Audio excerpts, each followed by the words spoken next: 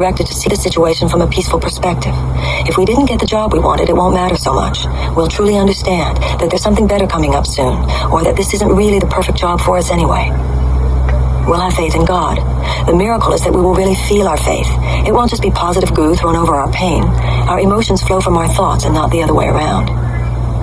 Another problem with setting specific goals is that they can be limiting. Perhaps we're asking for something good when God's will was that we'd be given something great. Once when I was lecturing in New York, a young man stood up and asked me about affirmations. At that time, Hill Street Blues was a popular television show. He said, "I've been writing down 50 times before I go to sleep at night. I have a regular part on Hill Street Blues. I have a regular part on Hill Street Blues. Are you telling me I shouldn't do that?" I said to him, "You can write those affirmations 50 times before you go to bed at night, and chances are good you'll pull in a part on Hill Street Blues because the mind is very powerful. But for all you know, a year will pass and an important director will be wanting you for the lead in a major feature film, but they won't be able to get you because you're under contract for a little part on Hill Street Blues." Yes, the teacher of God is generous out of self-interest. The thought system which dominates our culture is laced with selfish values, and relinquishing those values is a lot easier said than done. The journey to a pure heart can be highly disorienting.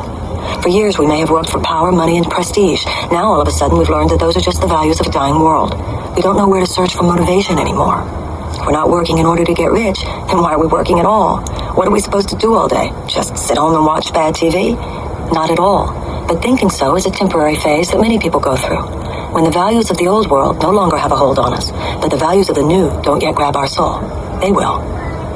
There comes a time, not too long into the journey to God, when the realization that the world could work beautifully if we would give it the chance begins to excite us.